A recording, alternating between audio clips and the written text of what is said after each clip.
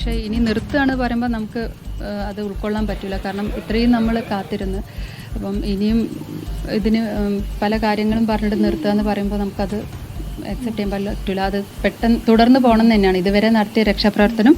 Plus additional ആയിട്ട് വേണ്ട എല്ലാ രീതിയിലുള്ള ടെക്നോളജികളും കാര്യങ്ങളുമായിട്ട് മുന്നോട്ട് തന്നെ പോകണം എന്നാണ് നമുക്ക് പറയാനുള്ളത്. ഞങ്ങളവിടെ ഫിസിക്കലി മീറ്റിംഗ് ഇരുന്ന് തീരുമാനിച്ച് വൈകുന്നേരം പിരിഞ്ഞ് അന്ന് രാത്രി 12:30 മണി വരെ പ്ലാൻ ഡൂൺ വരില്ല എന്നുള്ള വിവരമില്ല. 12:30 മണിക്കാണ് രാത്രി ഞങ്ങളും അവിടെയുള്ള MLA-മാരൊക്കെ പിരിഞ്ഞത്. പിറ്റേന്ന് രാവിലെ നടന്ന മീറ്റിങ്ങിൽ പ്ലാൻ ഡൂൺ കൊണ്ടുവരുന്നതിന് തടസ്സമുണ്ടെന്ന് പറഞ്ഞു. ശക്തമായി ഞങ്ങൾ അതിനെ എതിർത്തു. We have discussed and we have told them what is the next course of action, how we have to go. That was the first agenda. And on that, your honorable MLAs, they have talked to CM and CM also talked to our CM and they have told each other that this rescue has to be continued.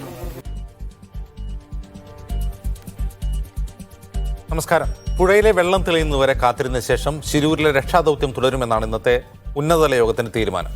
അർജുനെ കണ്ടെത്താൻ പോയിട്ട് പുഴയിൽ മണ്ണിനടിയിൽ ഉണ്ടെന്ന് കരുതുന്ന ലോറിക്ക് അടുത്തു പോലും എത്താൻ ഈശ്വർ മാൽപ്പയ്ക്കും സംഘത്തിന് പോലും കഴിഞ്ഞിട്ടില്ല. ഗംഗാവലി പുഴയിലെ രക്ഷാദൌത്യം മനുഷ്യസാധ്യമാണോ? സ്വാഗതം. സ്പെഷ്യൽ എഡിഷനിലേക്ക് നമ്മളൊപ്പം അതിഥികളായി കോൺഗ്രസ് വക്താവ് KM അഭിജിത്ത്, CPM വക്താവ് KT കുഞ്ഞിക്കണ്ണൻ, മുൻ സൈനിക ഉദ്യോഗസ്ഥൻ ബ്രിഗേഡിയർ ഡോക്ടർ മോഹനൻ പിള്ള എന്നിവർ. ആദ്യം അഭിജിത്തിലേക്ക്. അഭിജിത്ത്, ഈ പുഴയിലെ വെള്ളം കലങ്ങിയാണ് ഒഴുകുന്നത്, അതുകൊണ്ട് ഡൈവർമാർക്ക് മുങ്ങിയെത്താൻ കഴിയുന്നില്ല, ലോറി പോലും കണ്ടെത്താൻ കഴിയുന്നില്ല എന്ന് പറയുന്നു. ഒരു പ്ലാൻ ബി ഈ രക്ഷാദൗത്യത്തിനുണ്ടോ? അല്ല ജിംസ്, ഇപ്പോൾ ഇന്ന് തന്നെ ശ്രീ AKM അഷ്റഫ് അവിടെ ഏതാണ്ട് 10 ദിവസമായി കോഴിക്കോട് കേരളത്തിൽ നിന്നുള്ള MLA ആണ്. അദ്ദേഹം മഞ്ചേശ്വരം MLA ആണ്. 10 ദിവസമായിട്ട് അവിടെയുണ്ട്. അദ്ദേഹം അടക്കം ഇന്ന് പറഞ്ഞൊരു കാര്യം, ബഹുമാനപ്പെട്ട കേരളത്തിന്റെ മുഖ്യമന്ത്രിയും കർണാടക മുഖ്യമന്ത്രിയും സംസാരിച്ചൊരു പ്ലാൻ ബി എത്തണം എന്നൊരു നിർദ്ദേശം വരെ അവിടെ വെച്ചിട്ടുണ്ട്. അപ്പോൾ അതിലേക്ക് വരുന്നതിന് മുൻപ് നോക്കൂ, നമ്മൾ അർജുൻ നമ്മളുടെ സഹോദരന്റെ തിരിച്ചുവരവിനായി കാത്തിരിക്കുന്നവരാണ്. ആ കുടുംബത്തോടൊപ്പം തന്നെ ഞാനും നിങ്ങളും അടങ്ങുന്ന ഈ സമൂഹം ഒന്നാകെ. അപ്പോൾ ആ സമൂഹത്തിന് ഒന്നടങ്കം ആ അർജുൻ തിരിച്ചു വരുന്നത് വരെയുള്ള തിരച്ചിൽ തുടരണം എന്ന് തന്നെയാണ് നമ്മളുടെയൊക്കെ ആഗ്രഹം. ഇപ്പോൾ ഇന്ന് ബഹുമാനപ്പെട്ട കാർവാർ MLA ശ്രീ സതീഷ് കുമാർ സെയിലടക്കം മാധ്യമങ്ങളെ കാണുമ്പോൾ പറഞ്ഞത് ഞങ്ങൾ ഈ തെരച്ചിൽ തുടരുമെന്നാണ്. നോക്കൂ, നമ്മളുടെ സഹോദരൻ അർജുനും അതേപോലെ തന്നെ കർണാടകയിലെ 2 കർണാടക സ്വദേശികൾ കൂടി കണ്ടെത്താനുണ്ട്. 3 ആളുകൾക്ക് വേണ്ടിയുള്ള തിരച്ചിൽ തുടരുമെന്നാണ് ഇന്നത്തെ മീറ്റിങ്ങിന് ശേഷവും ഇപ്പോൾ ഒരു 5 മിനിറ്റ് മുൻപേ കാർവാർ MLA ആയിട്ടുള്ള ശ്രീ സതീഷ് കുമാർ സെയിൽ അദ്ദേഹം ഈ 13 ദിവസവും അവിടെ നിന്ന് ക്യാമ്പ് ചെയ്ത് രക്ഷാപ്രവർത്തനങ്ങൾക്ക് നേതൃത്വം കൊടുക്കുന്നു. അദ്ദേഹം അടക്കം പറയുമ്പോൾ അതിനെ മറ്റാരൊക്കെയോ മിസ്ഗൈഡ് ചെയ്യുകയാണ്. ഒരുപക്ഷെ എനിക്ക് തോന്നുന്നു ചില പ്രിയപ്പെട്ട മാധ്യമപ്രവർത്തകരോട് അടക്കം ഒരു പൊതുസമൂഹത്തിലെ മുഴുവൻ ആളുകളോടും ഞാൻ വിനീതമായി സൂചിപ്പിക്കുന്നു, തിരച്ചിൽ തുടരുന്ന ഒരു ഇടത്ത് നിന്ന് തിരച്ചിലെല്ലാം അവസാനിപ്പിച്ചു എന്ന് പറയുന്നത് ഒരു കുടുംബത്തെ മാത്രമല്ല നമ്മളെയൊക്കെ തെറ്റിദ്ധരിപ്പിക്കുന്ന തരത്തിലുള്ള വാർത്തകളാണ്. അത് പ്രചരിപ്പിക്കാതിരിക്കുക എന്ന് മാത്രമാണ് സൂചിപ്പിക്കുന്നത്. എന്തായാലും ഈ തെരച്ചിൽ തുടരണം. പ്രിയപ്പെട്ട അർജുനെ നമുക്ക് വീണ്ടെടുക്കണം. നോക്കൂ, 16-ാം തീയതി അങ്ങ് ചോദിച്ചൊരു കാര്യമുണ്ട്. 16-ാം തീയതിയാണ് അർജുൻ അടങ്ങുന്ന ഒരു സംഘത്തെ ഈ മണ്ണിടിച്ചിലിൽ കാണാതാവുന്നത്. ആ 16-ാം തീയതി രാവിലെ ഈ സംഭവം ഉണ്ടായതിനു ശേഷം അന്ന് വൈകിട്ട് തന്നെ ജില്ലാ ഭരണകൂടവും സംസ്ഥാനത്തെ ചുമതലയുള്ള മന്ത്രിയും അതേപോലെ തന്നെ കാർവാർ MLA ശ്രീ സതീഷ് കുമാർ സെയിൽ അടങ്ങുന്ന ആളുകൾ 16-ാം തീയതി തന്നെയാണ് ഈ തെരച്ചിൽ ആരംഭിച്ചത്. ഇവർക്ക് വേണ്ട ഈ മണ്ണിനടിയിൽ പെട്ടുപോയ ആളുകൾക്കുള്ള രക്ഷാപ്രവർത്തനം ഏകോപിപ്പിച്ചത്. പക്ഷെ നമ്മളുടെ സഹോദരൻ അർജുൻ ആ മണ്ണിനടിയിൽ ഉണ്ട് എന്ന് അറിയുന്നത് ബഹുമാനപ്പെട്ട കോഴിക്കോട് MP ശ്രീ MK രാഘവന്റെ ഓഫീസ് ഇടപെട്ടുകൊണ്ട് 18-ാം തീയതിയാണ്. ആ 18-ാം തീയതി മുതൽ ഈ ദിവസം വരെ അർജുന് വേണ്ടിയുള്ള കാത്തിരിപ്പിൽ നമ്മൾ കാത്തിരിക്കുമ്പോൾ തന്നെ ചെയ്യാൻ കഴിയുന്ന എല്ലാ ഇടപെടലും ബഹുമാനപ്പെട്ട ശ്രീ MK രാഘവൻ MP-യുടെ നേതൃത്വത്തിൽ, ബഹുമാനപ്പെട്ട കേരളത്തിന്റെ പ്രതിപക്ഷ നേതാവ് ശ്രീ VD സതീശന്റെ നേതൃത്വത്തിൽ, ബഹുമാന്യനായ കേരളത്തിന്റെ മുഖ്യമന്ത്രി ശ്രീ പിണറായി വിജയൻ അടങ്ങുന്ന ആളുകളുടെ ഒക്കെ നേതൃത്വത്തിൽ നടക്കുന്നുണ്ട്. നോക്കൂ, 18-ാം തീയതി നമ്മൾ ഈ വാർത്ത പുറത്തു വന്ന് 19-ാം തീയതിയാണ് 20-ാം തീയതിയാണ് ബഹുമാനപ്പെട്ട കേരളത്തിന്റെ കർണാടകയുടെ മുഖ്യമന്ത്രി ശ്രീ സിദ്ധരാമയ്യ ശിരൂരിലേക്ക് വരികയാണ്. അന്ന് ബഹുമാനപ്പെട്ട ശ്രീ MK രാഘവനൊപ്പം ഞങ്ങളൊക്കെ എവിടെയുണ്ട്. അന്ന് ഒരു സംസ്ഥാനത്തിന്റെ മുഖ്യമന്ത്രി അടങ്ങുന്ന സംവിധാനങ്ങൾ, അന്ന് അദ്ദേഹത്തോടൊപ്പം 4 മന്ത്രിമാർ അടങ്ങുന്ന ഒരു ടീം ആ പ്രദേശത്തേക്ക് വരികയും സാധ്യമായ എല്ലാ സംവിധാനങ്ങളെയും വിനിയോഗിച്ചുകൊണ്ട് നമ്മളുടെ കാണാതായ അർജുൻ അടങ്ങുന്ന നമ്മളുടെ സഹോദരങ്ങളെ കണ്ടെത്തുന്നതിന് വേണ്ടിയുള്ള എല്ലാ നടപടികൾക്കും നേതൃത്വം കൊടുത്തു.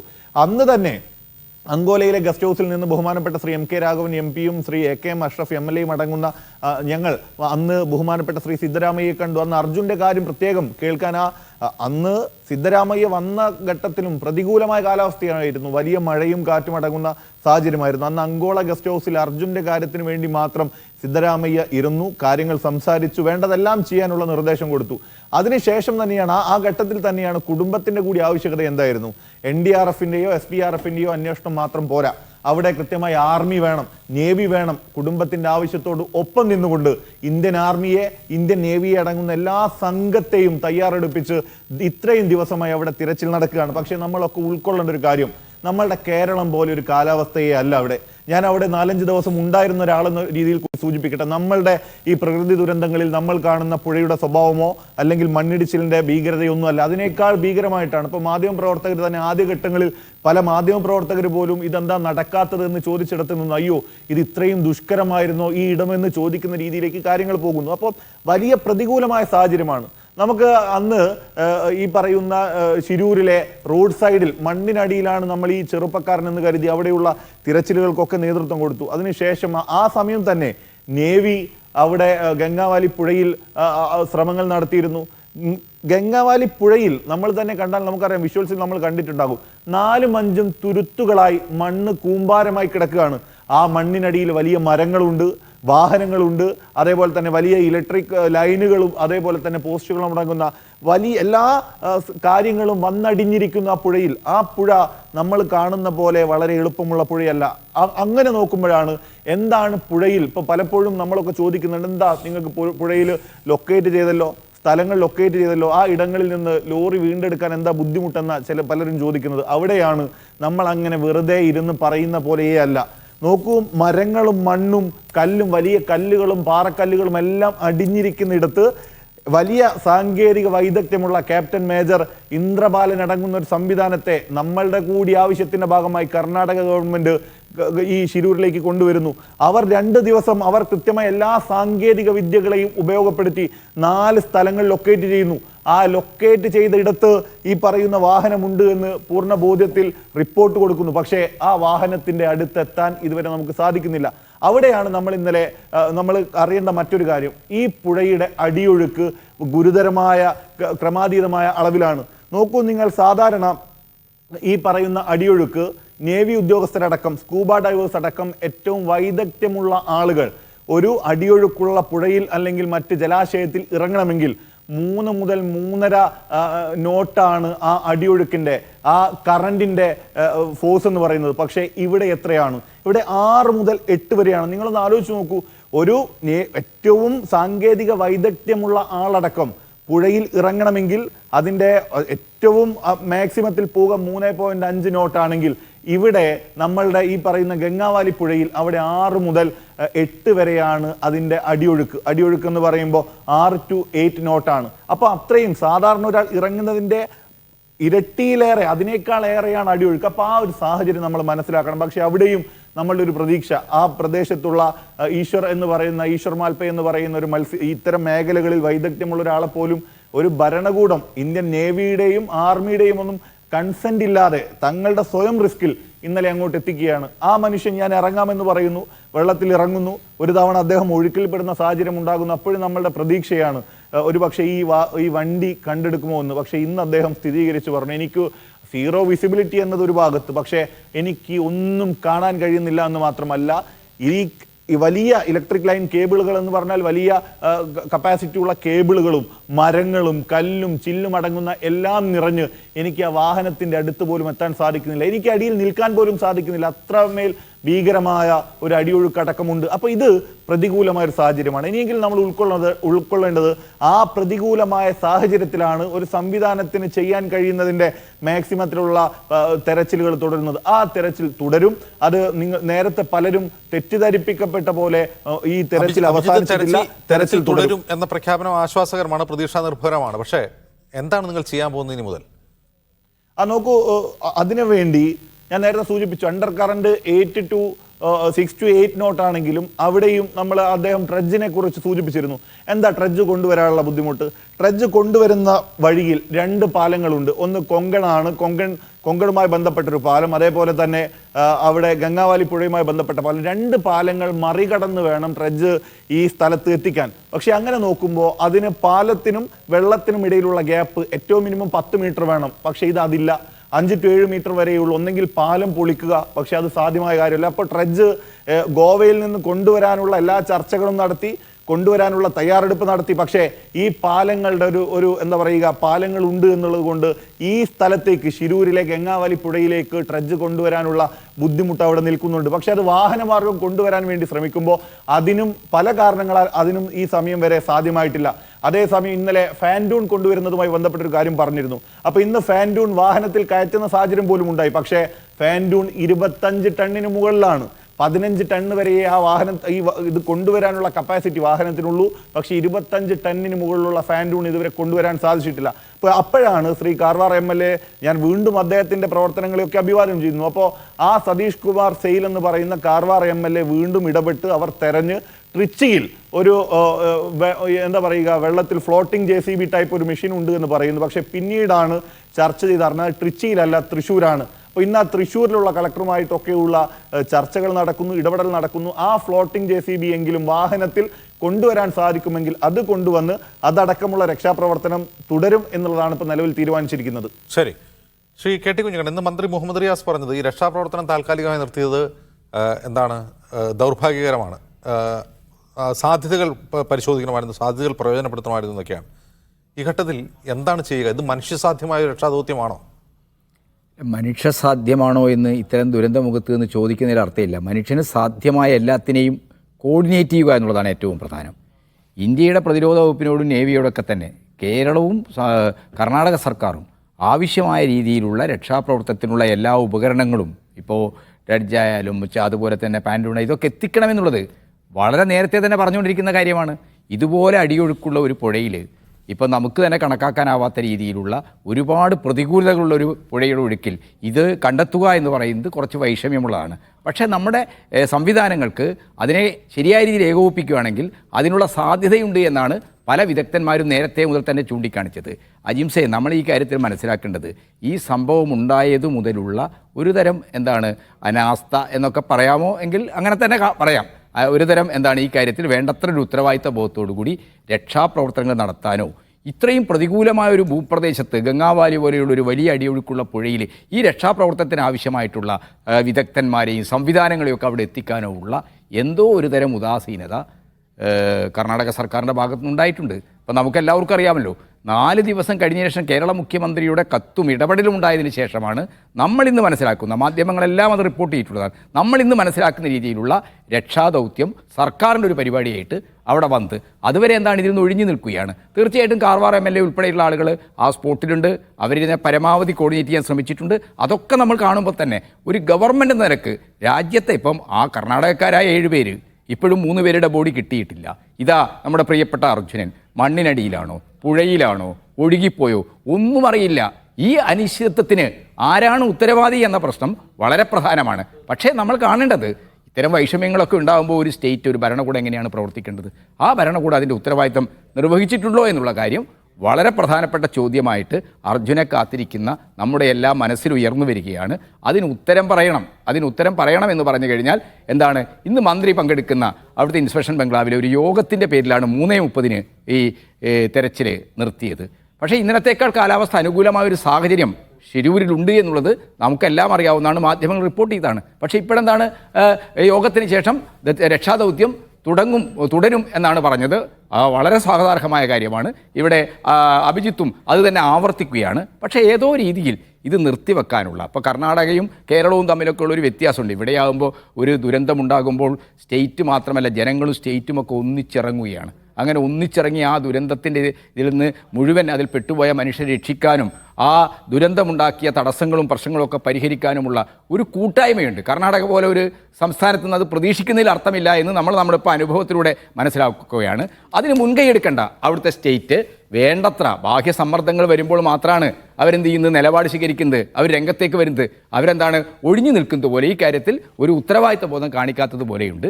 അത് മനുഷ്യജീവൻ എവിടെ നഷ്ടപ്പെട്ടു പോയാലും എത്ര പ്രതികൂലതകൾക്കകത്താണെങ്കിലും അതിനെ കണ്ടെത്തുക, രക്ഷിക്കുക എന്നുള്ളത് വളരെ പ്രാഥമികമായ ഒരു ജനാധിപത്യ സമൂഹത്തിൻ്റെ, ഒരു ജനാധിപത്യ ഭരണകൂടത്തിൻ്റെ ഉത്തരവാദിത്തമാണ്.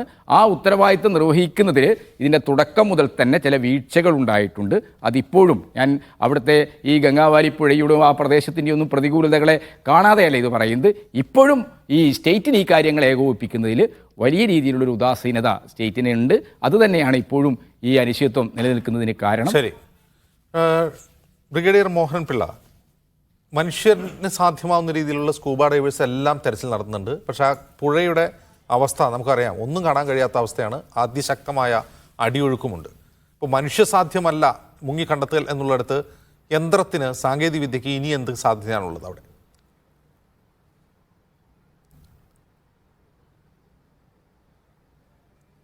അജിംസ്, നമ്മൾ പ്രാക്ടിക്കലായിട്ട് ചിന്തിക്കുമ്പോൾ നമുക്കറിയാം 2013 കേദാർനാഥിൽ ഉണ്ടായ ലാൻഡ് സ്ലൈഡ് 6000-ലധികം ആൾക്കാരാണ് അവിടെ ജീവൻ നഷ്ടപ്പെടുകയും അതിൽ 1000-ഓളം ബോഡിയാണ് റിക്കവർ ചെയ്യാൻ പറ്റിയത്. ബാക്കിയുള്ളത് എവിടെയാണെന്ന് യാതൊരു അറിവുമില്ല. ഞാനത് ഈ കണ്ടക്സ്റ്റിൽ പറഞ്ഞതിനുള്ള ഒരു ഉദാഹരണം എന്തെന്ന് ചോദിച്ചാൽ, നമ്മളെല്ലാവരും ഇത് പറയും, ഇന്ന് ആർമി വരും, നേവി വരും, ആർമി വന്നാൽ റെസ്ക്യൂ ഓപ്പറേഷൻസ് ടോട്ടലാണ് എന്ന്. നമ്മൾ റിയാലിറ്റി ഒന്ന് മനസ്സിലാക്കണം. ഏത് യൂണിറ്റ് വന്നാലും ഏതു മെഷീനറി വന്നാലും സ്റ്റേറ്റ് ഗവൺമെൻറ്റാണ് പൈസ കൊടുക്കേണ്ടത്. അപ്പം നമ്മളവിടെ ഈ 12 ദിവസം ഒന്ന് റീവൈൻഡ് ചെയ്യൂ അജിംസ്. ആദ്യം മുതൽ തന്നെ ഓരോരോ എക്യുപ്മെൻറ്റ് വന്ന് അതുകൊണ്ട് കാര്യം നടക്കുമെന്ന് വിചാരിച്ചു. ഒരു JCB വരുന്നു, 2 JCB വരുന്നു, കുറഞ്ഞ ചിലവിൽ കാര്യങ്ങൾ നടത്താം. അത് ഒരു സ്റ്റേറ്റ് ഗവൺമെൻറ്റിനെ സംബന്ധിച്ചിടത്തോളം ഒരു ട്രക്ക് ഡ്രൈവർ അല്ലെങ്കിൽ ട്രക്ക് ഒരു ലോ പ്രയോറിറ്റി ആയിരിക്കാം. അത് ടോപ്പ് പ്രയോറിറ്റി അല്ല, there is no doubt in to it, ഒരു സംശയവുമില്ല. പക്ഷേ നമ്മൾ റിയാലിറ്റി ഉൾക്കൊള്ളണം. അതുകൊണ്ടാണ് ആ കർണാടക ഗവൺമെൻറ്റും സിവിൽ അഡ്മിനിസ്ട്രേഷനും ആ ലെവലിൽ മൂവ് ചെയ്യുന്നത്. അവർക്കൊരു ബറ്റാലിയനെ ഡിപ്ലോയ് ചെയ്യാൻ പറ്റും, ഒരു സംശയവുമില്ല. സ്റ്റേറ്റ് ഗവൺമെൻറ് റിക്വസ്റ്റ് ചെയ്ത ബറ്റാലിയൻ അല്ല ഡിവിഷൻ വരും. പക്ഷേ who will bear the expenditure? ആ പൈസ ആരാണ് കൊടുക്കേണ്ടത്? ഈ മെഷീനറികളുടെ പൈസ ആരാണ് കൊടുക്കേണ്ടത്? ഇപ്പോൾ എല്ലാവരും ഇവിടെ ഇരുന്നുകൊണ്ട് പറയുന്നു, ഞാൻ പറയുന്നത് ശരിയോ തെറ്റോ എന്നറിയില്ല, ജമ്മുവിലുള്ള അക്നൂറിലെ നദി, അതുപോലെ തന്നെ സത്ലജ് അല്ലെങ്കിൽ ചെനാബ് റിവർ പാകിസ്ഥാനിലോട്ട് പോകാൻ ക്രോസ് ചെയ്യാൻ ഇതിലും കുത്തൊഴുക്കാണ്.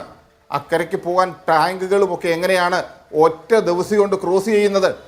അതായത് വേണമെങ്കിൽ പറ്റും, പക്ഷെ ആ ഒരു ലെവൽ ഇവിടെ വരേണ്ട ആവശ്യമില്ല, അതിൻ്റെ പ്രയോറിറ്റി ഇല്ല. അല്ല എന്നുണ്ടെങ്കിൽ ടെമ്പററി ബ്രിഡ്ജ് ഒറ്റ ദിവസം കൊണ്ടല്ല 2 ദിവസം കൊണ്ട് അവിടെ സാധ്യമാകുന്നത്. ടെമ്പററി ബ്രിഡ്ജ് എന്ന് പറയും, എഞ്ചിനീയേഴ്സിൻ്റെ മെയിനായിട്ടുള്ള ടാസ്ക്കാണ് റിവർ ബ്രീച്ചിങ് എന്ന് പറഞ്ഞാൽ. പക്ഷേ ഇവിടെ അവർക്ക് ചെയ്യാൻ പറ്റുന്ന എന്തെന്ന് ചോദിച്ചു കഴിഞ്ഞാൽ, ഒരു ട്രെയിനിങ് പർപ്പസ്, അത്രയും എക്സ്പെൻഡിച്ചർ സ്റ്റേറ്റ് ഗവൺമെൻറ് ബെയർ ചെയ്യുന്നതിൽ നല്ലത് റിക്വസ്റ്റ് കൊടുത്ത ട്രെയിനിങ് പർപ്പസിന് വേണ്ടി അത് യൂസ് ചെയ്യുകയാണെന്നുണ്ടെങ്കിൽ അത് അവർക്കൊരു ട്രെയിനിങ്ങും കൂടി ആകും. അതുപോലെ തന്നെ ടെമ്പററി ബ്രിഡ്ജ് അവിടെ വരികയും ചെയ്യും. പക്ഷേ അതിന് ഓപ്ഷൻ ഇല്ല എന്ന് പറഞ്ഞാൽ ആരും കൈയെഴുതരുത്. Options are plenty. പക്ഷേ നമ്മൾ ആ റിയാലിറ്റി കൂടെ മനസ്സിലാക്കണം.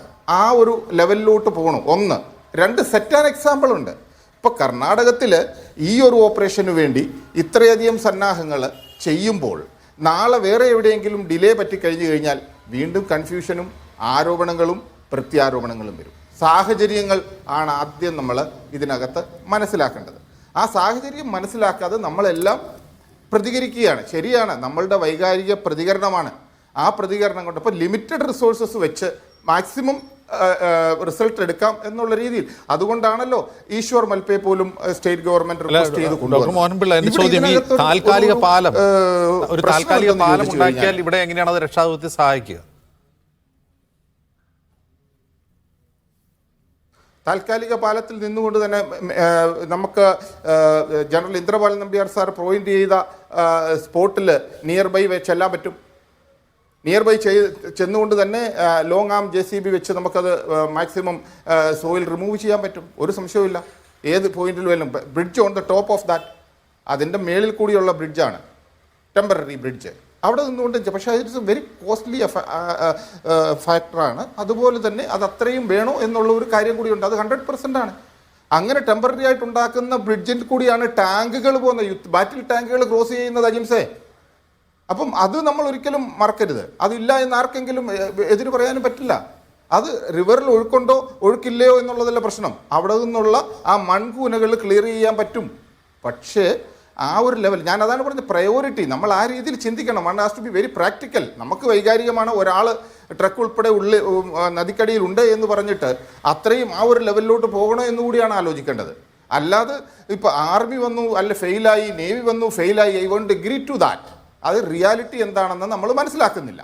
അവിടെയാണ്. രണ്ടാമത്, സ്റ്റേറ്റ് ഗവൺമെൻറ് ഇത്രയും എമൗണ്ട് സ്പെൻഡ് ചെയ്യണോ? അതിൻ്റെ മെറ്റീരിയലാണ്, അവരുടെ ഡ്യൂറേഷനാണ്, ബ്രേക്കപ്പ് എക്സ്പെൻഡിച്ചറാണ് സെൻട്രൽ ഗവൺമെൻറ് സ്റ്റേറ്റ് ഗവൺമെൻറ് കൊടുക്കുന്നത്. നിങ്ങൾ റിക്വസ്റ്റ് ചെയ്യുന്ന നിമിഷം മുതൽ എന്നുവരെ അവിടെ നിൽക്കുന്നു അത്രയും സമയത്ത് എക്സ്പെൻഡിച്ചർ ബ്രേക്കപ്പ് ചെയ്താണ് കൊടുക്കുന്നത്. അപ്പം ഏതൊരു സ്റ്റേറ്റ് ആണെങ്കിലും ഇങ്ങനെയുള്ള സിറ്റുവേഷനിൽ എത്രയും സ്റ്റെപ്പ് എടുക്കാൻ പറ്റും അത്രയും. അവർ കർണാടക ഗവൺമെൻറ് എടുത്തതൊക്കെ അവരുടെ ആ ലെവലിലുള്ള സ്റ്റെപ്പായിരിക്കാം. അവർക്ക് ആ ഒരു ലെവലേ ഉള്ളൂ. അവർ കേരളത്തിനോട് അവഗണന കാണിച്ചു എന്ന് എനിക്ക് പറയാൻ പറ്റില്ല. റീസൺ ബീയിങ്, കേരളത്തിലെ ഒരാളെയാണ് ഐഡൻറ്റിഫൈ ചെയ്തത്, നമ്മുടെ അവർ precious Arjun. But at the same time അവരുടെ ആൾക്കാരില്ലേ. പക്ഷേ ആ ഗവൺമെൻറ് ആ ടൈമിൽ അതാണ് എനിക്ക് മനസ്സിലാക്കിയതും വിഷ്വലൈസ് ചെയ്യുന്നതും പ്രാക്ടിക്കൽ ആയിട്ടുള്ളത്. അല്ലാതെ ആർമിയെ കൊണ്ട് സാധിക്കില്ല എന്നോ നേവിയെ കൊണ്ട് സാധിക്കില്ല എന്നുള്ളൊരു ക്വസ്റ്റ്യൻ ഇവിടെ ഉദിക്കുന്നില്ല. അതാണ് അതിനകത്ത് എനിക്ക് പറയാനുള്ളത്. പിന്നെ ഇപ്പോൾ എല്ലാവരും കൂടി എഫക്റ്റീവായിട്ട് ഒരു ഡിസിഷൻ എടുത്തിരിക്കുന്നത് ഈ 2-3 ദിവസത്തിൻ്റെ വ്യത്യാസത്തിൽ വെതർ ഒരുമാതിരി ക്ലിയർ ആയപ്പോൾ വാട്ടർ ലെവലും കുറച്ച് കുറഞ്ഞു. നമുക്കത് സ്ക്രീനിൽ തന്നെ 2-3 ദിവസമായിട്ട് കണ്ടിട്ടുണ്ട്. പക്ഷേ അതിനുവേണ്ടി വീണ്ടും വെയിറ്റ് ചെയ്യുക, അത് അവരുടെ ഒരു വയബിൾ ഓപ്ഷനാണ്. അതാണ് ഞാൻ പറഞ്ഞത്, ഇക്കോണമി ഓഫ് എഫേർട്ട്. അത് വെച്ചിട്ട് ഉള്ള ഒരു ഓപ്ഷൻ സ്റ്റേറ്റ് ഗവൺമെൻറ് അല്ലെങ്കിൽ ലോക്കൽ അഡ്മിനിസ്ട്രേഷൻ പ്രിഫർ ചെയ്തു. പിന്നെ ഒരു കാര്യം കൂടി ഇവിടെ പറയാനുള്ളത്, ഇത് രക്ഷാദൗത്യം സേനയെ ഏൽപ്പിച്ചു എന്ന് പറഞ്ഞു കഴിഞ്ഞാൽ അതിനകത്ത് എൻ്റെ റെസ്പോൺസിബിലിറ്റി സേനയുടെ ആയിരിക്കണം. ഈ കേസിൽ അതല്ല. അത് സിവിൽ അഡ്മിനിസ്ട്രേഷനും സേനയുടെ ഹെൽപ്പ് മാത്രം ചോദിച്ചു. ആദ്യം ഞാൻ പറഞ്ഞല്ലോ, ഒരു കമ്പനി, അതായത് ഡെബ്രി റിമൂവ് ചെയ്യാൻ, റോഡിലുള്ള ഡെബ്രി റിമൂവ് ചെയ്യാൻ, ആ ഡെബ്രിക്കുള്ളിലാണ് ട്രക്ക് എന്ന് പറഞ്ഞപ്പോൾ തീർച്ചയായിട്ടും ഇൻഫൻട്രി ബറ്റാലിയനിലുള്ള ഒരു കമ്പനി വന്ന് ഡെബ്രി റിമൂവ് ചെയ്തു. അപ്പോൾ മനസ്സിലായി സംഭവം അവിടെ ഇല്ല എന്ന്. പിന്നെയുള്ള ടാസ്ക് നേവിയുടെയാണ്. ആ നേവി ആ ടാസ്ക് അവർ എന്താണോ അവരോട് പറഞ്ഞിട്ടുള്ള ടാർഗറ്റ് ഐഡൻറ്റിഫൈ ചെയ്യാൻ, അവർക്ക് ലേറ്റസ്റ്റ് മെഷീനറി ഇല്ലാതിരുന്നത് കൊണ്ട്, ലേറ്റസ്റ്റ് മെഷീനറി ഉണ്ടായിരുന്നത് കൊണ്ട് ടാർഗറ്റ് ഐഡൻറ്റിഫൈ ചെയ്തു. ഇവിടെ വന്നിരിക്കുന്ന ക്വസ്റ്റ്യൻ എന്തെന്ന് ചോദിച്ചു കഴിഞ്ഞാൽ, the lack of planning. I repeat, lack of planning. അതായത് ഇപ്പോൾ പറയുന്നു തൃശ്ശൂരിൽ നിന്ന് അത് സാധനം കൊണ്ടുവരണം. കാര്യം എന്നാണെന്ന് ചോദിച്ചു കഴിഞ്ഞാൽ ഇന്നല്ല അത് പറയേണ്ടത്. ഇതൊരു 6-7 ദിവസം മുമ്പ് തന്നെ ഇതെല്ലാം പ്ലാൻ ചെയ്ത് ഇതാക്കേണ്ടതായിരുന്നു. അതായത് ഒരു പ്ലാൻ ഫെയിലായാൽ അടുത്ത പ്ലാൻ എന്നുള്ള രീതിയിൽ കാര്യങ്ങൾ മുന്നോട്ട് കൊണ്ടുപോകണമായിരുന്നു. ഇത് ഒരു മെഷീനറി വന്നു, അതിൻ്റെ പുറകിന് 24 hours എവരിബഡി, ആ മെഷീൻ്റെ എഫക്റ്റീവ്നെസ് ലൂസായി. അപ്പോൾ പിന്നെ തിങ്കിങ് അബൌട്ട് അനദർ മെഷീനറി. അന്നേരം വീണ്ടും അത് നോക്കിയിരിക്കും, അതിൻ്റെ എഫക്റ്റീവ്നെസ് നോക്കി അത് 0 ആകും, വീണ്ടും അടുത്തതിന് വേണ്ടി പോകുന്നു. ഇതല്ല ഒരു കാരണവശാലും റെസ്ക്യൂ ഓപ്പറേഷൻ. ഞാൻ റിപ്പീറ്റ് ചെയ്യുന്നു. അതുപോലെ തന്നെ റെസ്ക്യൂ ഓപ്പറേഷൻ എന്ന് പറഞ്ഞു കഴിഞ്ഞാൽ ഒരുപാട് ജീവനുകളൊക്കെ നിൽക്കുന്ന സമയത്ത് 24/7 എന്നുള്ള രീതിയിലാണ് റെസ്ക്യൂ ഓപ്പറേഷൻസ് നടക്കുന്നത്. അപ്പം നമ്മൾ രണ്ടായിട്ട് കാണണം. ഞാൻ ആ കൺസേൺ വെച്ച് തന്നെയാണ് പറയുന്നത്. ഇത് ശരിക്കുമുള്ള റിയൽ ആയിട്ടുള്ള പ്രോബ്ലം ഇതാണ്. അല്ലാതെ അവിടെ ആർമി വന്നു, ആർമിക്കൊന്നും ചെയ്യാൻ പറ്റിയില്ല, നേവി വന്നു ഒന്നും ചെയ്യാൻ പറ്റിയില്ല, അല്ലെങ്കിൽ സ്റ്റേറ്റ് ഗവൺമെൻറ്റിനൊന്നും ചെയ്യാൻ പറ്റിയില്ല, സെൻട്രൽ ഗവൺമെൻറ്റിനൊന്നും ചെയ്യാൻ പറ്റിയില്ല. It is not like that. അങ്ങനെ അല്ല അതിൻ്റെ കാര്യം. ബട്ട് ദ വിൽ പവർ, അത് എങ്ങനെ എടുക്കണം, എങ്ങനെ കോർഡിനേറ്റ് ചെയ്ത് ചെയ്യണം എന്നുള്ള ആ ഒരു ഡിസിഷൻ എടുക്കേണ്ടത് അവിടുത്തെ അഡ്മിനിസ്ട്രേഷനാണ്.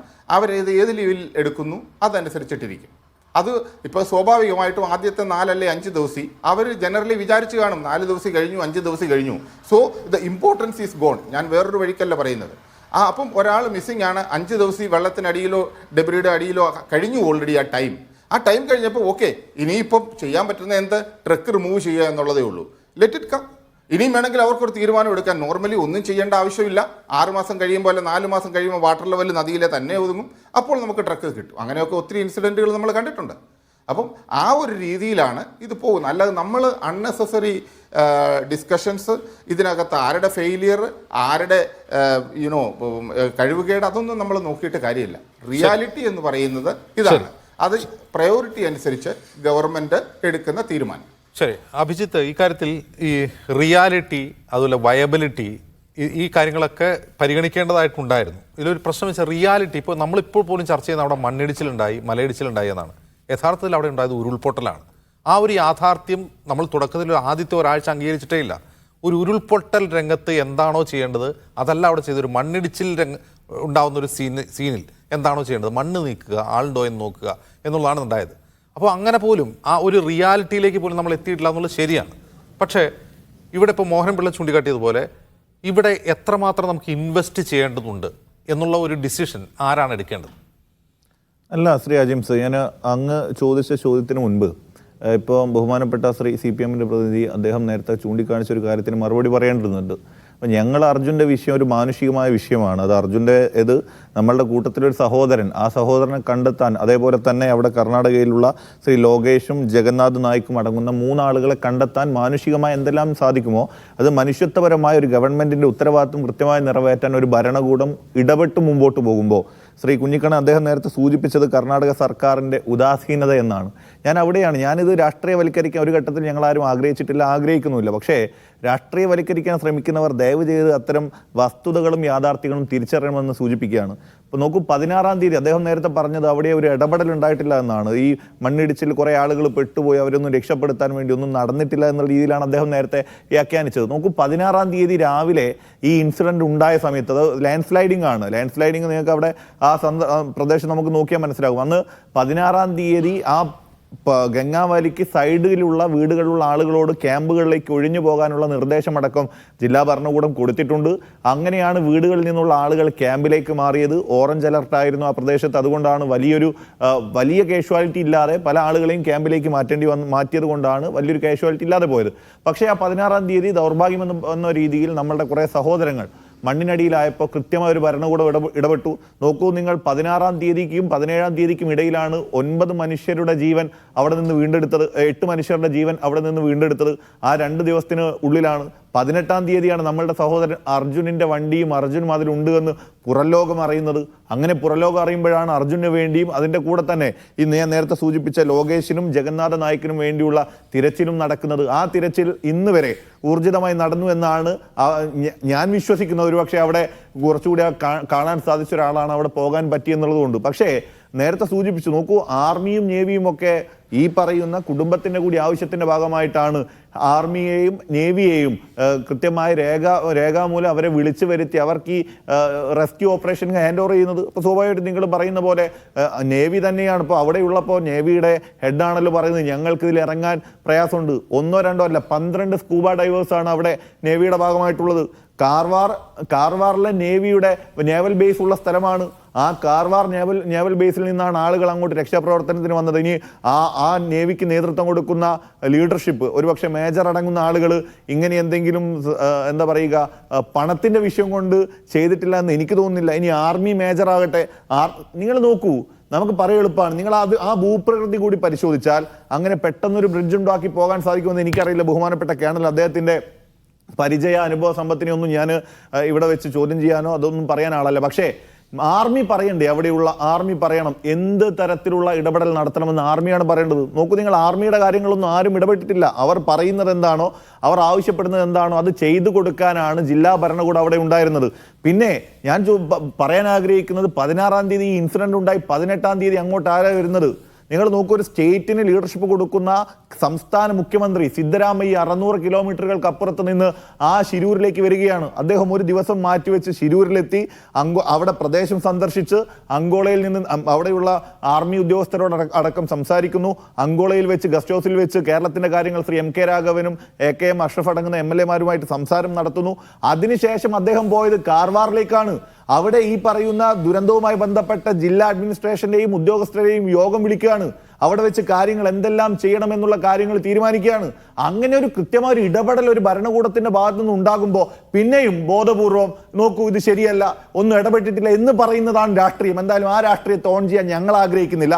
അതൊക്കെ പൊതുസമൂഹം വിലയിരുത്തട്ടെ. ഞങ്ങൾ പറയുന്നു, അർജുൻ എന്ന സഹോദരനെ വീണ്ടെടുക്കാൻ എന്തെല്ലാം സാധ്യമായത് എന്തെല്ലാം ചെയ്യാൻ കഴിയുമോ അത് ഞങ്ങൾ ചെയ്യും. അത് ആ ഭരണകൂടം ചെയ്യുന്നുണ്ട്. അത് നാടൊന്നിച്ച് അതിനു വേണ്ടിയാണ് കാത്തിരിക്കുന്നത്. അതുകൊണ്ടാണ് നേവിയുടെ പെർമിഷൻ ഇല്ലാതെ, അങ്ങനെ തന്നെ വേണമെങ്കിൽ പറയാം, നേവി അത് റിസ്ക് ആണെന്നും അതിന് അത്തരം കാര്യങ്ങൾക്ക് ഞങ്ങൾ തയ്യാറല്ല. പ്രത്യേകിച്ച് ഒരാളെ ഈ അണ്ടർ കറണ്ട് 6-8 ആയിരിക്കുന്ന ഘട്ടത്തിൽ, 6-8 നോട്ടായിരിക്കുന്ന ഘട്ടത്തിൽ ഒരാളെ വെള്ളത്തിൽ ഇറക്കാൻ ഞങ്ങൾ തയ്യാറല്ല എന്ന് പറയുന്നിടത്ത് ഇത് ഭരണകൂടവുമായി ആലോചിച്ചുകൊണ്ട് സ്ഥലം MLA ശ്രീ സതീഷ് കുമാർ സെയിലിന്റെ കൂടി ഉത്തരവാദിത്തത്തിൽ കലക്ടറുമായി ആലോചിച്ചാണ് ഈ പറയുന്ന ഈശ്വർ മാൽപ്പ എന്ന് പറയുന്ന മനുഷ്യൻ വെള്ളത്തിൽ ഇറങ്ങുന്നത്.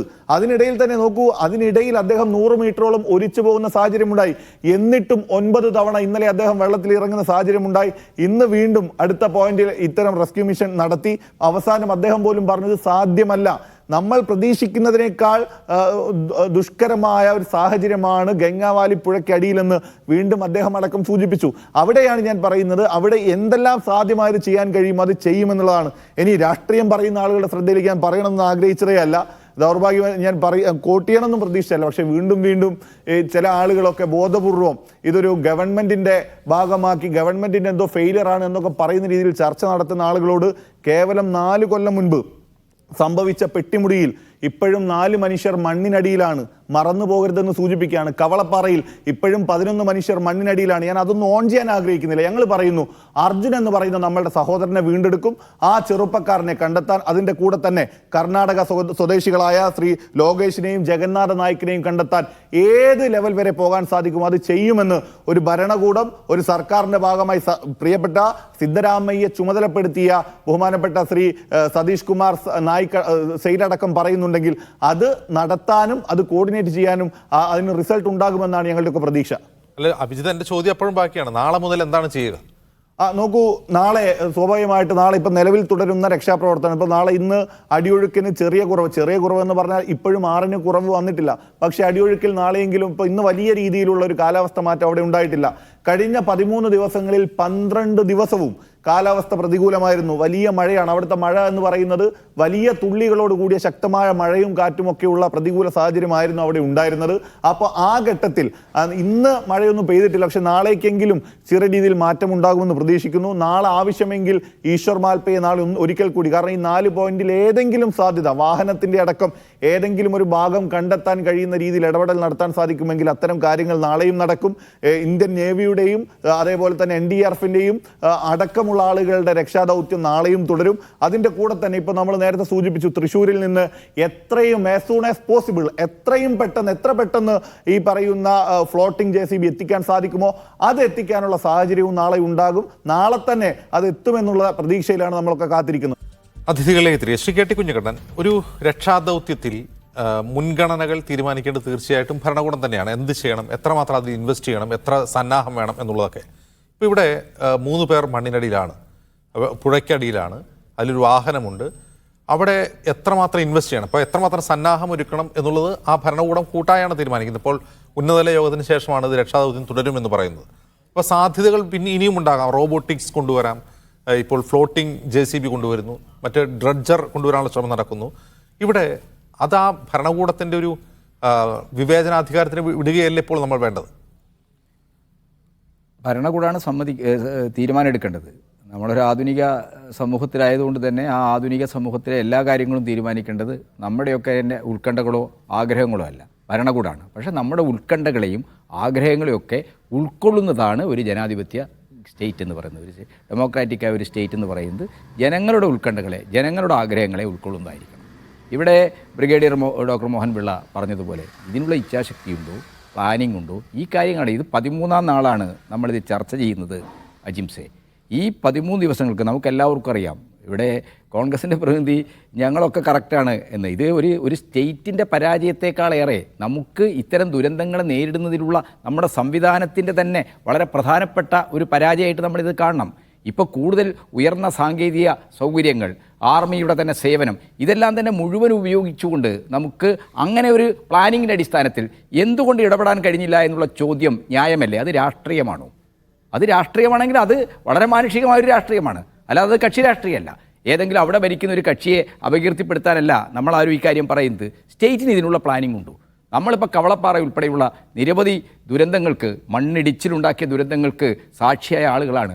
അവിടെയൊക്കെ നമ്മൾ നടത്തിയ ഈ ദുരന്ത നിവാരണ പ്രവർത്തനം, രക്ഷാദൗത്യമുണ്ട്. അത് നമ്മുടെ തന്നെ അനുഭവങ്ങളാണ്. 360 ആളുകളെ തുടർച്ചയായി അവിടെ മണ്ണ് നീക്കാനും ഈ ആളുകളെ കണ്ടെത്താനും ഒക്കെ നമ്മൾ അവിടെ വിന്യസിച്ച് അതിനുവേണ്ടി എന്താണ് സ്റ്റേറ്റും രാഷ്ട്രീയ നേതൃത്വവും പൊതുസമൂഹമൊക്കെ ഒന്നിച്ച് നിന്ന് പ്രവർത്തിച്ച അനുഭവം നമ്മുടെ മുമ്പിലുണ്ട്.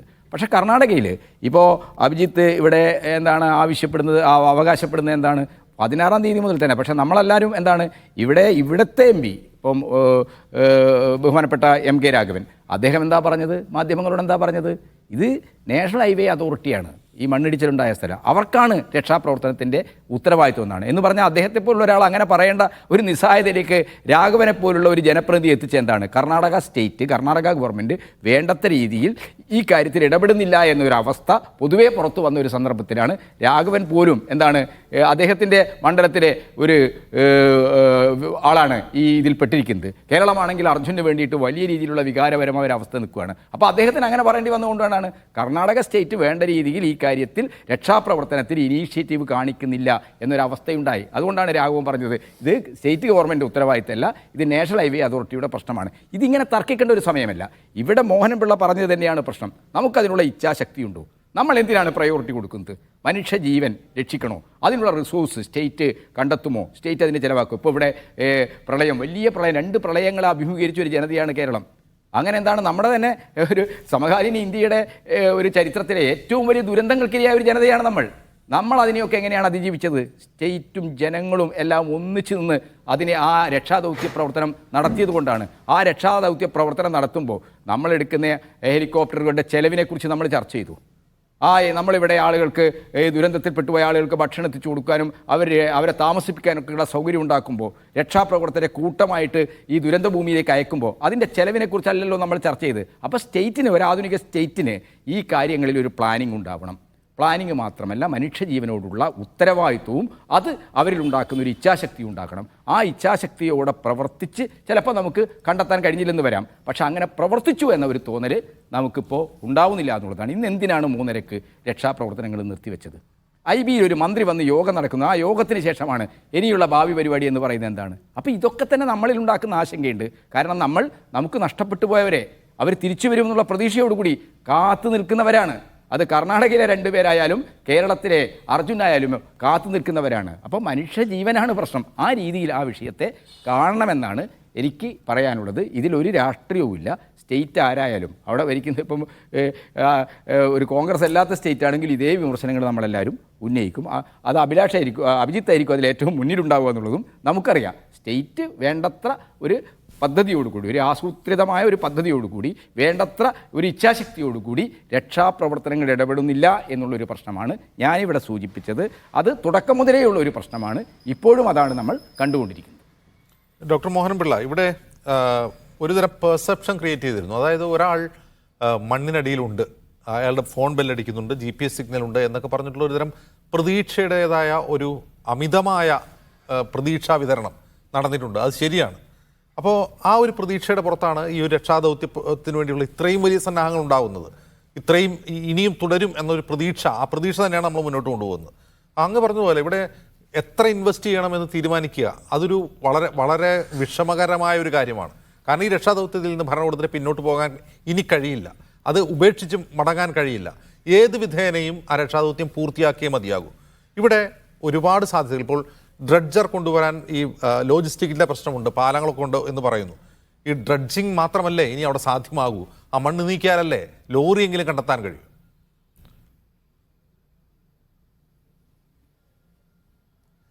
അതെ, അത് മണ്ണ് നീക്കിയെങ്കിൽ മാത്രമേ ട്രക്ക് കണ്ടെത്താൻ കഴിയത്തുള്ളൂ. അതിനു മുമ്പ് ഐ തിങ്ക് എനിക്ക് ആരൊക്കെയാണ് മിസ്റ്റർ അഭിജിത്ത്, ഐ തിങ്ക് അഭിജിത്തിനോട് എനിക്ക് പറയാനുള്ളത്, ഫോർഗെറ്റ് അബൌട്ട് ദ പൊളിറ്റിക്സ് അല്ല ഇതിനകത്ത്. I am telling you the reality.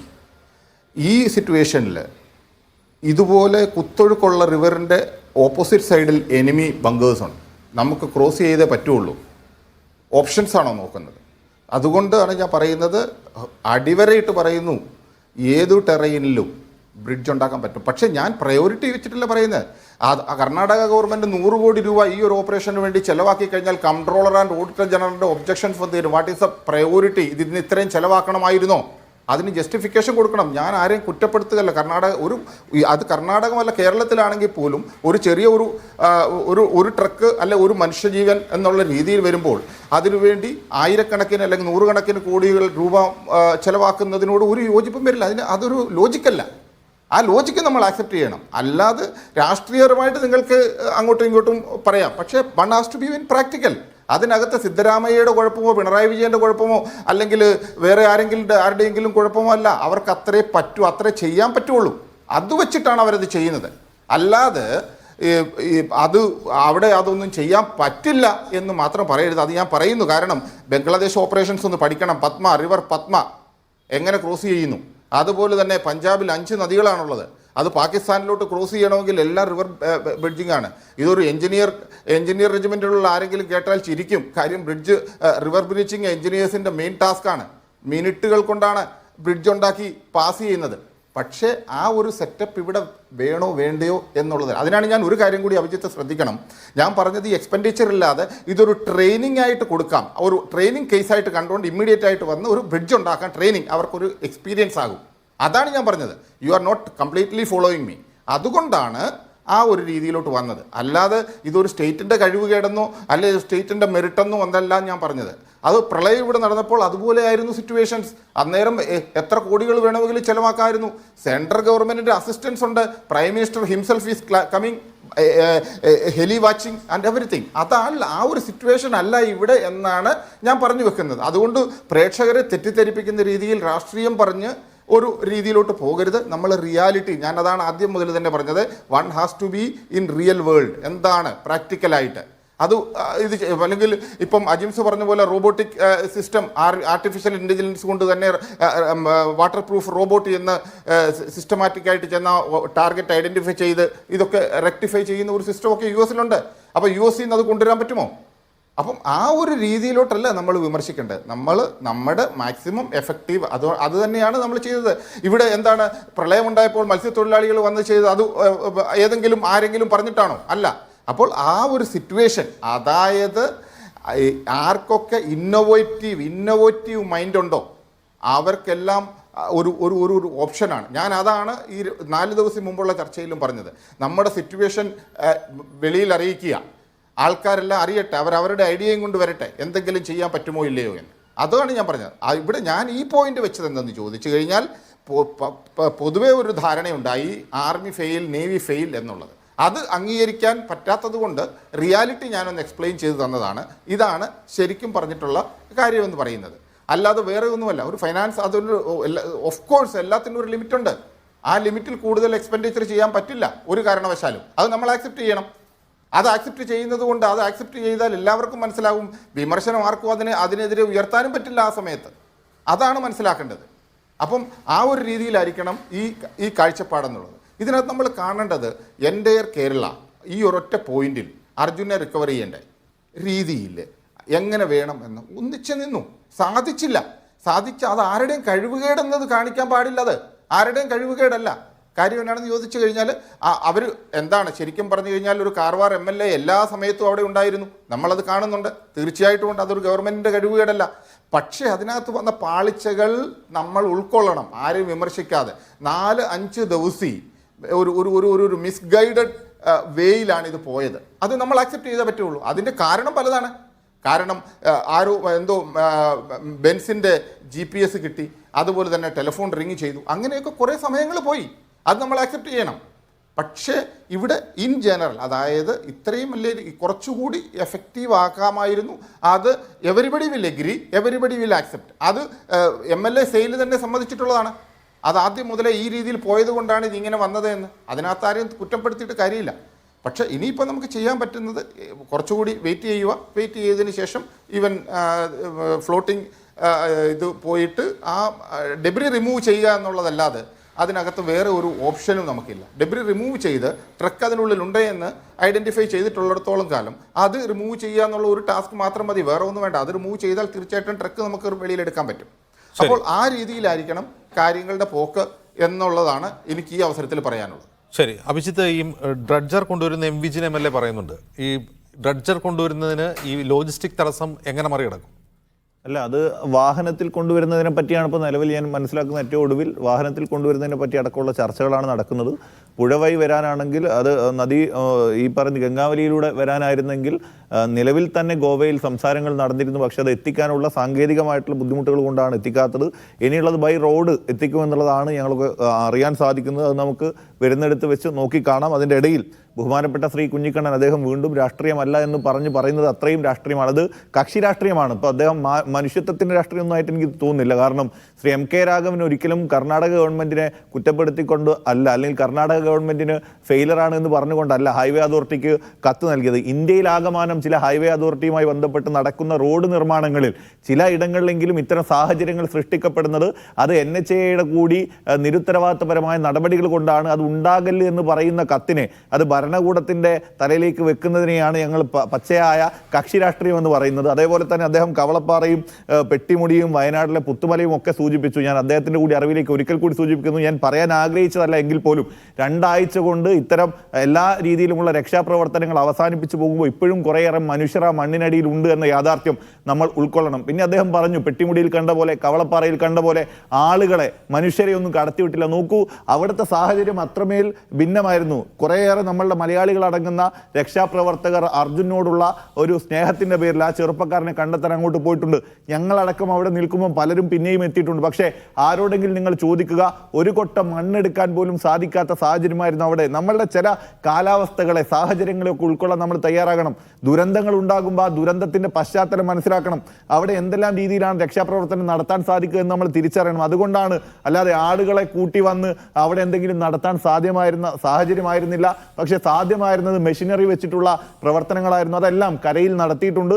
അത്തരം കാര്യങ്ങളിലൊന്നും ഒരു വീഴ്ചയും ഉണ്ടായിട്ടില്ല. ഞങ്ങൾ ഇപ്പോഴും പറയുന്നു, അർജുൻ എന്ന് പറയുന്ന മനുഷ്യന് അദ്ദേഹത്തിൻ്റെ കൂടെയുള്ള 2 ചെറുപ്പക്കാരടങ്ങുന്ന 3 ആളുകളെയും നമ്മൾ കാത്തിരിക്കുന്നത് അവരെ തിരിച്ചു കിട്ടാൻ വേണ്ടിയാണ്. അതിനുള്ള രക്ഷാപ്രവർത്തനങ്ങളെല്ലാം നടത്തി നമുക്ക് മുമ്പോട്ട് പോകണം. അജിംസ് നേരത്തെ സൂചിപ്പിച്ച പോലെ ഇനി വരുന്ന ഡ്രഡ്ജർ അടക്കം എങ്ങനെയാണ് എത്തിക്കാൻ സാധിക്കുക എന്ന് ചോദിച്ചാൽ അത് സാധ്യമായ വഴികളിൽ അത് എത്തിക്കണം. ഇപ്പോൾ ഫാൻഡൂണിൻ്റെ കാര്യം പറഞ്ഞു, അത് 25 ടണ്ണിലേറെ ഭാരമുണ്ട്. ഇപ്പോൾ 15 ടൺ ഭാരം ഉൾക്കൊള്ളുന്ന ഒരു വാഹനത്തിൽ എത്തിക്കാൻ സാധ്യതയില്ല, അല്ലെങ്കിൽ സാധിക്കുന്നില്ല. അത് സാങ്കേതികമായൊരു പ്രശ്നമാണ്.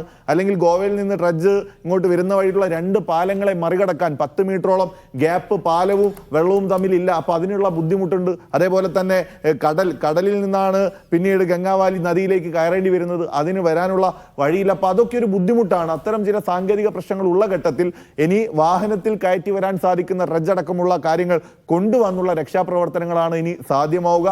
അത്തരം കാര്യങ്ങൾ ഇനി വരും ദിവസങ്ങളിൽ ഉണ്ടാകുമെന്ന് തന്നെയാണ് നമ്മൾ പ്രതീക്ഷിക്കുന്നത്. ശരി, ശ്രീ KT കുഞ്ഞിക്കണ്ണൻ, ഈ രക്ഷാദൗത്യത്തിൽ ഇനിയുള്ള ഘട്ടത്തിൽ കേരളത്തിന് എന്ത് ചെയ്യാൻ കഴിയും? അല്ല, ഇതിൽ നിലനിൽക്കുന്ന ഒരു വിഷയം, ഈ കർണാടക സർക്കാരുമായിട്ട് എല്ലാ അർത്ഥത്തിലും രക്ഷാപ്രവർത്തനവുമായി സഹകരിക്കാൻ, അതിന് എന്ത് വേണമെങ്കിലുമുള്ള ഇനീഷ്യേറ്റീവും മാൻ പവറും എല്ലാം കൊടുക്കാൻ കേരളം തയ്യാറാണ്. പക്ഷേ സ്റ്റേറ്റുകൾ തമ്മിലുള്ള ബന്ധത്തിൽ അവരാണത് ആവശ്യപ്പെടേണ്ടത്. അങ്ങനെ ആവശ്യപ്പെട്ടില്ല എന്നുള്ളൊരു പ്രശ്നമുണ്ട്. നമ്മളവിടെ പോകുന്നു, രക്ഷാപ്രവർത്തനത്തിൻ്റെ ഭാഗമാകുന്നു, അവിടുത്തെ ഉദ്യോഗസ്ഥ വിഭാഗങ്ങളുമായിട്ട് നിരന്തരം ബന്ധപ്പെടുന്നു, അവിടുത്തെ MLA ആയിട്ട് ബന്ധപ്പെടുന്നു, മുഖ്യമന്ത്രിയായിട്ട് ഇവിടുത്തെ മുഖ്യമന്ത്രി നിരന്തരമായി എന്തോ ഇന്നും അദ്ദേഹം കത്ത് കൊടുത്തിരിക്കുന്നു. പക്ഷേ എന്താണ്, കേരളം ഈ കാര്യത്തിൽ സാധ്യമായതെല്ലാം ചെയ്യും. ഇപ്പോൾ ഡ്രഡ്ജർ ഉൾപ്പെടെയുള്ള കാര്യങ്ങൾ കൊണ്ടുപോകുന്നതിൽ, അത് കണ്ടെത്തുന്നതിൽ ഒക്കെ തന്നെ കേരളത്തിൽ നിന്ന് അവിടെ പോയി ക്യാമ്പ് ചെയ്യുന്ന ജനപ്രതിനിധികളാണ് മുൻകൈയെടുത്തത്. അത് 2 ഗവൺമെൻറ്റുകളും ഈ കാര്യത്തിൽ യോജിച്ച് നിന്ന് പ്രവർത്തിക്കുകയാണ് ചെയ്യേണ്ടത്. പക്ഷേ നമ്മുടെ ഭരണഘടനയൊക്കെ അനുസരിച്ച് മറ്റൊരു സ്റ്റേറ്റിലെ ദുരന്ത നിവാരണ പ്രവർത്തനങ്ങളിൽ ഒരു സ്റ്റേറ്റ് എന്ന നിലക്ക്, സംസ്ഥാന സർക്കാർ എന്ന നിലക്ക് അവരുടെ അനുമതിയോടുകൂടിയുള്ള ഇടപെടലുകളല്ലാതെ, സഹായങ്ങളല്ലാതെ നേരിട്ട് ഇതിൻ്റെ ഉത്തരവാദിത്തം ഏറ്റെടുക്കാൻ സ്റ്റേറ്റിലൊരു മന്ത്രിക്കോ സ്റ്റേറ്റ് ഗവൺമെൻറ്റിനോ കഴിയില്ല എന്നുള്ള കാര്യം നമുക്ക് എല്ലാവർക്കും അറിയാവുന്നതാണ്. പക്ഷേ ഏറ്റവും വേഗത്തിൽ, ഇപ്പോൾ അർജുൻ്റെ സഹോദരി പറഞ്ഞതുപോലെ, ഇന്ന് ലഭ്യമായ നമുക്ക് സാധ്യമായ എല്ലാ സാങ്കേതിക സംവിധാനങ്ങളും ഉപയോഗിച്ച് മണ്ണ് എടുത്ത് ഈ വാഹനം കണ്ടെത്താനും അർജുനെ കണ്ടെത്താനും അവരുടെ കൂടെയുള്ള 2 ചെറുപ്പക്കാരെ കണ്ടെത്താനുമുള്ള ശ്രമങ്ങൾ നമ്മൾ നടത്തണം. നമ്മളിതിൽ നിന്ന് ഞാഞ്ഞാവിഞ്ഞ ന്യായമൊന്നും പറഞ്ഞ് ഒഴിഞ്ഞു പോകാൻ പറ്റില്ല. ഇവിടെ അഭിജിത്ത്, വേണ്ടാതെ നമ്മൾ അങ്ങോട്ടും ഇങ്ങോട്ടും രാഷ്ട്രീയം പറയേണ്ട യാതൊരു ആവശ്യമില്ല. കേരളത്തിലെ ദുരന്തമുഖങ്ങളിലെ പ്രവർത്തനങ്ങൾ നമ്മൾ കണ്ടതാണ്. അതെല്ലാവരെയും ബോധ്യപ്പെടുത്തിക്കൊണ്ട് തന്നെയാണ് നമ്മൾ നീങ്ങിയിട്ടുള്ളത്. അതിന് ഇവിടെ ബ്രിഗേഡിയർ ഡോക്ടർ മോഹൻ പിള്ള സൂചിപ്പിച്ചത് ഒരു പ്ലാൻ ഉണ്ടാവണം. ഗവൺമെൻറ്റിന് ഇത്തരം ഘട്ടങ്ങളിൽ ഇച്ഛാശക്തിയോടുകൂടി അതിന് നേതൃത്വം കൊടുക്കാനുള്ള ഒരു ലീഡർഷിപ്പ് കപ്പാസിറ്റി ഉണ്ടാവണം. അവിടെ എന്താണ് നമ്മളെല്ലാവരും കണ്ടതാണ്. ഇപ്പോൾ അദ്ദേഹം MK രാഘവനെ ഞാൻ കുറ്റപ്പെടുത്തുമല്ല. MK രാഘവൻ എന്താ പറഞ്ഞത്, ഇതിൽ അവിടെ മണ്ണിടിച്ചിലുണ്ടായത് ദേശീയപാത കത്തൊക്കെ കൊടുത്ത് പിന്നീട് ദേശീയപാതയുടെ നിർമ്മാണവുമായി ബന്ധപ്പെട്ട MK രാഘവൻ്റെ കത്ത് വന്നതും MK രാഘവൻ ഇവിടെ നിന്ന് മാധ്യമങ്ങളോട് അവിടെ മണ്ണിടിച്ചിലുണ്ടായത് നാഷണൽ ഹൈവേയിലാണ്, അതുകൊണ്ട് അതിൻ്റെ കാര്യങ്ങളൊക്കെ നോക്കേണ്ടത് നാഷണൽ ഹൈവേ അതോറിറ്റിയാണെന്ന് പറഞ്ഞത് അതിന് മുമ്പുമാണ്. ഈ കാര്യങ്ങളൊക്കെ കൂട്ടിക്കുടിച്ച് അവ്യക്തത സൃഷ്ടിക്കേണ്ട. നമുക്കെല്ലാവർക്കും അറിയാം കർണാടക സർക്കാരിന് ഈ കാര്യത്തിൽ വേണ്ട രീതിയിൽ ഈ ദുരന്തമുണ്ടായ ഉടനെ ഒരു തരത്തിലുള്ള രക്ഷാപ്രവർത്തനങ്ങൾക്കും നേതൃത്വം കൊടുക്കാൻ കഴിയാതെ പോയിട്ടുണ്ട്. പല ഭാഗങ്ങളിൽ നിന്നുള്ള സമ്മർദ്ദത്തിൻ്റെ ലോകത്തിൻ്റെ തന്നെ ശ്രദ്ധ അങ്ങോട്ടേക്ക് തിരിയുമ്പോഴാണ് അവിടെ മുഖ്യമന്ത്രി ഉൾപ്പെടെയുള്ള ആളുകൾ ഈ വിഷയത്തിൽ ഗൗരവപൂർവ്വം ശ്രദ്ധിക്കുന്നത്. അല്ലാതെ ഈ അവിടുത്തെ കൽവാർ MLA അല്ലാതെ മറ്റാരും അങ്ങോട്ട് തിരിഞ്ഞു നോക്കുന്ന പോലും ഒരു അവസ്ഥയുണ്ടായിരുന്നില്ല എന്ന് നമുക്കറിയാവുന്നതാണ്. പക്ഷേ അത്തരം പ്രശ്നങ്ങൾ നമ്മൾ ചർച്ച ചെയ്യേണ്ട സന്ദർഭമല്ല. നമ്മളെല്ലാവരും എന്താണ്, അർജുനെ കാത്തു നിൽക്കുന്ന ഒരു കുടുംബമുണ്ട്. ലോകം മുഴുവൻ എന്താണ്, ഇന്ന് അർജുൻ അവരുടെ ഒരു പ്രിയപ്പെട്ട ഒരാളാണ്. അർജുൻ എപ്പോൾ തിരിച്ചു വരും? നമ്മളൊക്കെ തന്നെ യാത്രയിലൊക്കെ തന്നെ ഫോണിൽ ടെലിവിഷൻ ചാനലുകൾ വരുന്ന വാർത്തകൾ ഫോളോ ചെയ്യുകയാണ്. എന്തിനാ അർജുൻ എന്തായി, രക്ഷാദൗത്യം എന്തായി എന്ന്. അപ്പോൾ അങ്ങനെ നിൽക്കുന്ന ഒരു വൈകാരികമായ ഒരു അവസ്ഥയുണ്ട്. അതേപോലെ തന്നെ ഇവിടെ ബ്രിഗേഡിയർ സൂചിപ്പിച്ചതുപോലെ തന്നെ ഈ കാര്യത്തിൽ ഒരു സ്റ്റേറ്റിൻ്റെ പ്രയോറിറ്റിയുടെ പ്രശ്നം വളരെ പ്രധാനമാണ്. ഒരു ജീവൻ രക്ഷിക്കാൻ, അത് മനുഷ്യരുടേത് മാത്രമല്ല മറ്റ് ആരുടെ ജീവനായാലും മറ്റേത് ജീവിയുടെ ജീവനായാലും ജീവൻ രക്ഷിക്കാനുള്ള അതിൻ്റെ ഒരു ചെലവിനേക്കാളേറെ ജീവൻ രക്ഷിക്കുക എന്ന വലിയൊരു മാനവിക താല്പര്യമുണ്ട്, ഒരു മാനവികതയുണ്ട്. ആ മാനവികതയാണ് ആധുനിക ഭരണകൂടങ്ങളെ നയിക്കേണ്ടത്. അജിംസ് അതിനിടയിൽ പല തെറ്റിദ്ധാരണകൾ ഉണ്ടാക്കി വെച്ച് അങ്ങനെ പറയുന്നത് ശരിയല്ലെന്ന് പറയുന്നത് കാര്യമില്ല. ഇന്ത്യൻ പാർലമെന്റ് നടക്കുമ്പോൾ ആ പാർലമെന്റിൽ നിന്ന് പോലും വിട്ടുനിന്ന് ശിരൂരിലെത്തി രക്ഷാപ്രവർത്തനങ്ങൾക്ക് നേതൃത്വം കൊടുത്ത ശ്രീ MK രാഘവനെയൊക്കെ അദ്ദേഹം മറ്റു രീതിയിൽ എന്താ പറയുക അവതരിപ്പിക്കുന്നത് ശരിയല്ല. MK രാഘവൻ അല്ലല്ല, രണ്ടാമത്തെ ഇത് ശ്രദ്ധയിൽ വന്ന് 18-ാം തീയതി ശ്രദ്ധയിൽ വന്ന് 19-ാം തീയതി അങ്ങോട്ട് പോയി 20-ന് അവിടെ എത്തിയ MK രാഘവൻ 5 ദിവസം അവിടെ നിന്ന് പ്രവർത്തനങ്ങൾ ഏകോപിപ്പിക്കുമ്പോൾ ഈ പറയുന്ന ആളുകളെ ഒന്നും ഞങ്ങൾ കണ്ടിരുന്നില്ല. അത് സൂചിപ്പിച്ചത് അദ്ദേഹം ആ ഉത്തരവാദിത്വത്തോടെ കാര്യങ്ങൾ ചെയ്തു എന്ന് അറിയിക്കാൻ വേണ്ടിയാണ്. താൽക്കാലികമായി നിർത്തിവെക്കുമ്പോൾ നമ്മൾ മനസ്സിലാക്കേണ്ടത് ഇത് നടന്നിട്ടുള്ള അപകടത്തിന്റെ വ്യാപ്തി, അതിന്റെ യാഥാർത്ഥ്യം എന്താണ് എന്ന് എല്ലാവരും, പ്രേക്ഷകരും ഉൾപ്പെടെ എല്ലാവരും മനസ്സിലാക്കണം. കാരണം ഒരു മനുഷ്യർക്ക് സാധ്യമായ ഒരു രക്ഷാദൗത്യമാണോ കഴിഞ്ഞ 2 ആഴ്ചയായി തുടരുന്നത് എന്ന ഒരു ബോധം കൂടി നമുക്ക് ഈ കാര്യത്തിൽ വേണം. വളരെ നന്ദി ശ്രീ KT കുഞ്ഞിക്കണ്ണൻ, അഭിജിത്ത്, ശ്രീ മോഹൻ പിള്ള ഇത്രയും സംസാരിച്ചത്.